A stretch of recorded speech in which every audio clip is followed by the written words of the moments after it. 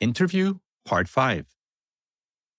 That was very valuable info. Thank you for sharing. I'm sure the listeners are getting something good from your responses.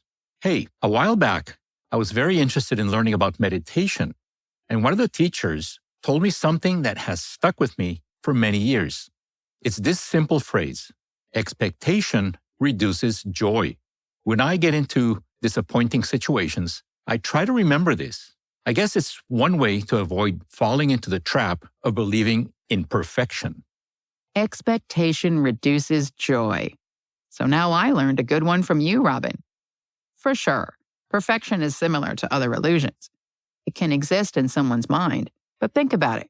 If perfection implies something thoroughly complete or flawless, then how and where would we fit change?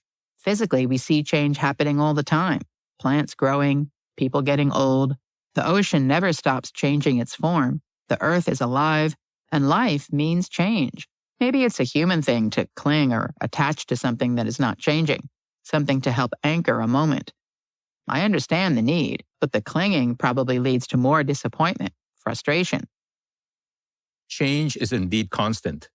Can you elaborate a bit more, or maybe give us another example that the listeners can use to avoid disappointment? Okay, think of something that you plan. You can write the plan down with as many details as you want, but chances are things will not go 100% according to your plan when there are many variables involved and things you have no control over. The weather, other people, unexpected global pandemics, Mother Nature. One way to picture this is by drawing out the plan as a straight line. But when the plan meets the real world, the line gets curvy and curly. If in your mind you stick with the illusion of a straight line, wouldn't the curvy stuff create disappointment? Think about this. If you compare a perfectly straight line or flat line to a horizontal line associated with the horizon, the line where the Earth's surface appears to meet the sky, is that not an illusion? Next time you look out there, try to find precisely where that horizon line is perfect. I think it's more the doing of humans trying to make sense of things and labeling them to satisfy a need. Nonetheless, a label of straight, flat, or perfect does not make the physical object straight, flat, or perfect. If the horizon is an illusion, does perfect exist? That is really cool. It's interesting how we use and believe the term nobody's perfect, but then don't really apply that to situations or outcomes of our work. With what you're saying, no one is perfect, not because of them, but because perfection does not exist. Knowing this helps avoid that paralyzing feeling knowing we cannot achieve something. It really clarifies that perfect is not the target of what we do. It makes more sense to focus on learning from our progress with each action we take, instead of focusing so much on the end result. If perfection is an illusion, then there really is no point in waiting for the perfect condition to get started and taking the first step. Here's a question. Since some of our listeners carry the fear of your name when they compare an outcome of their actions, when things don't come out perfect and they feel bad, do you think it would make sense to choose an anchor to remind us of this reality that perfect does not exist? Depends on what your meaning for anchor is, Robin. For example, a ship drops an anchor to keep it in one place, secure and safe. If safety is the choice, you'd think the anchor worked. That is the plan, at least. But many things can still fail.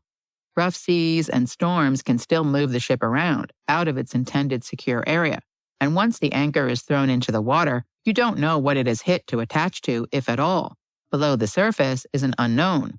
So perhaps a better idea for using an anchor is to remember as you're throwing it to not set an expectation that everything will be 100%.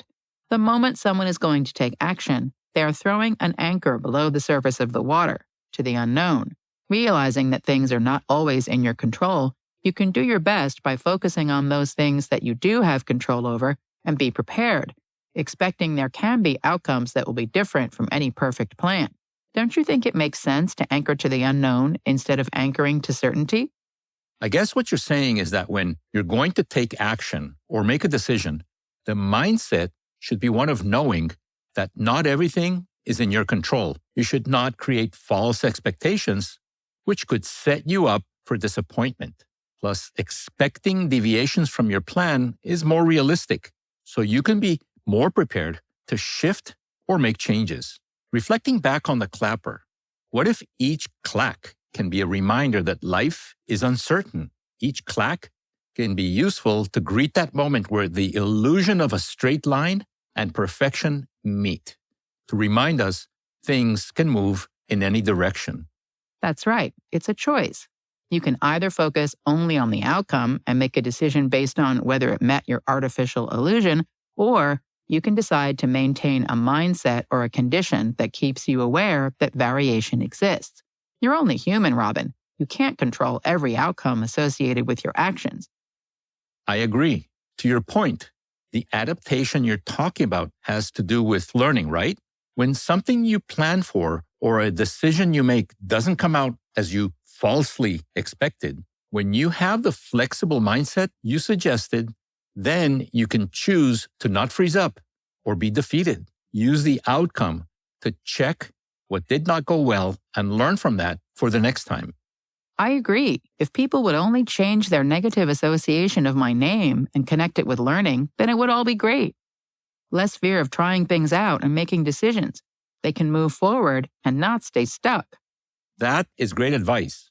We have the power to choose the relationship we want with you. It's much better to choose not to have you as a foe, an enemy, and instead have you be a friend who is sharing valuable feedback with you so you can learn. I'm thinking you're a friend that gives feedback for me to find my way to success. Some very beautiful F words, I think, Robin. Success is not final. Failure is not fatal. It is the courage to continue that counts.